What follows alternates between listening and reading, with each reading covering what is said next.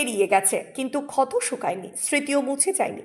2019 সালের 14ই ফেব্রুয়ারি জম্মু কাশ্মীরের পুলওয়ামায় জঙ্গি হামলায় শহীদ হয়েছিলেন 40 জন সিআরপিএফ জওয়ান। দেশের নিরাপত্তা রক্ষায় তাদের আত্মবলিদান আজও জাতির চেতনায় গভীরভাবে গেঁথে আছে। সেই আত্মত্যাগের স্মৃতিকে সম্মান জানাতে শনিবার বিকালে দুর্গাপুরের বিধাননগরে প্রাক্তন কেন্দ্রীয় সশস্ত্র পুলিশ বাহিনী কল্যাণ সমিতির উদ্যোগে আয়োজিত হয় এক আবেগঘন মোমবাতি মিছিলের। স্টিল পার্কের সংগতি ক্লাব থেকে শুরু হয় মিছিল আরাকালীনগরের মিলন তীর্থ ক্লাবের মাঠে এসে শেষ হয়। হাতে মোমবাতি নিয়ে এগিয়ে চলে শ্রদ্ধার শোভাযাত্রা।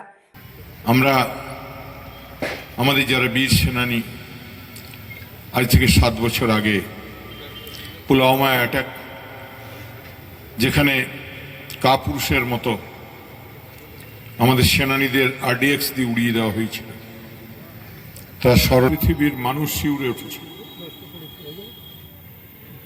ভারতবর্ষের মানুষ প্রশ্ন তুলেছিল যে 300 কেজি RDX এলো কোথা থেকে। আজ 7 বছর পরেও সেই মৃতদের পরিবার কেন বিচার পাবে না? মিছিলে পা মেলান পাণ্ডবেশ্বরের বিধায়ক নরেন্দ্রনাথ চক্রবর্তী, দুর্গাপুর ফরিদপুর পঞ্চায়েত সমিতির সহ সভাপতি স্বাধীন ঘোষ, 26 নম্বর ওয়ার্ডের প্রাক্তন কাউন্সিলর দীপেন মাঝি, প্রাক্তন কেন্দ্রীয় সশস্ত্র পুলিশ বাহিনীর পশ্চিম বর্ধমান জেলার সাধারণ সম্পাদক প্রদীপ কুমার দে, মুখ্য উপদেষ্টা স্বপন দাস এবং প্রাক্তন কেন্দ্রীয় সশস্ত্র পুলিশ বাহিনীর সদস্য তথা প্রাক্তন লেফটেন্যান্ট কর্নেল উজ্জ্বল মুখোপাধ্যায় সহ অন্যান্য প্রাক্তন ষড়যন্ত্রের শিকার 2019 সালে 14 ফেব্রুয়ারি সেদিন আমাদের বাড়ির ছেলেগুলো আজ ব্ল্যাক ডে, যেখানে 2500 লোক 7 বছর হয়ে গেল, এখান থেকে কিন্তু বিচারের বাণী নীরবে নিভৃতে থাকে। কোথা থেকে তো RDX রওনা দিয়েছিল, কোথা থেকে রাস্তায় 300 কেজি RDX দিয়ে উড়িয়ে দেওয়া হলো সেনাবাহিনীর কনভয়। তো আমরা আশায় আছি এর উত্তর একদিন পাবো। আজকে শুধু সেই মানুষগুলোর জন্য গভীর সমবেদনা, শোক। মোমবাতি মিছিলের শেষে মিলন তীর্থ ক্লাবের মাঠে পৌঁছে পুলওয়ামার শহীদদের প্রতিকৃতিতে মাল্যদান ও নীরবতা পালন করা হয়। উপস্থিত বক্তারা জানান, পুলওয়ামা শুধু একটি ঘটনা নয়, এটি মূলত জাতীয় স্মৃতির এক দগদগে অধ্যায়। শহীদদের আত্মত্যাগ যেন কেবল আনুষ্ঠানিকতায় সীমাবদ্ধ না থাকে, বরং নতুন প্রজন্মের মধ্যে দেশপ্রেম, দায়িত্ববোধ, পাশাপাশি ঐক্যবোধ জেগে ওঠে। আমরা সকলেই জানি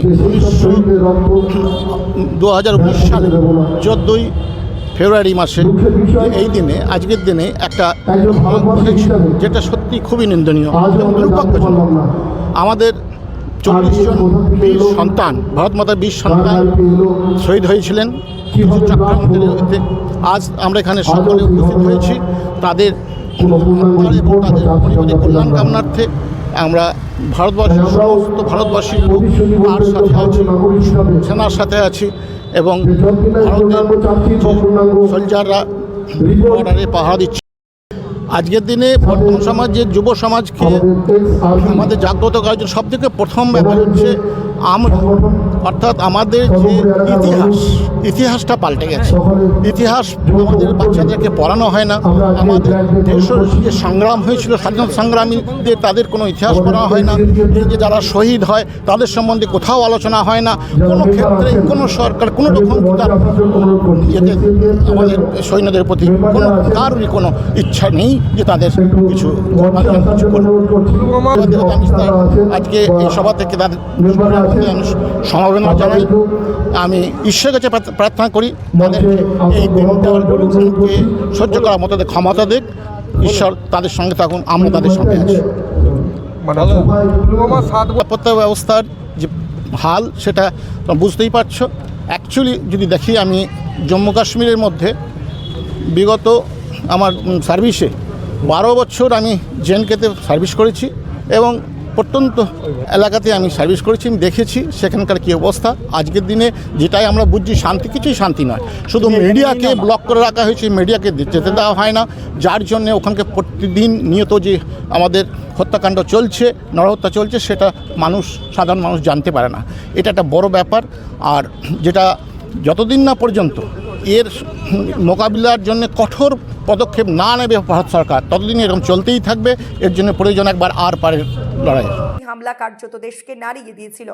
পরবর্তী সময় নিরাপত্তা ব্যবস্থায় একাধিক পরিবর্তন, কনভয় মুভমেন্টে কড়াকড়ি এবং গোয়েন্দা তৎপরতার জোরদার করার উদ্যোগ নেওয়া হয়। তবু শহীদদের পরিবার আজও বহন করে চলেছেন ব্যক্তিগত ক্ষতির অসীম যন্ত্রণা, যার পূরণ কোনো রাষ্ট্র করতে পারে না। পুলওয়ামার 40 শহীদদের আত্মত্যাগ কেবল অতীতের ঘটনা নয়, তা আমাদের বর্তমান ও ভবিষ্যতে দায়বদ্ধতার প্রতীক।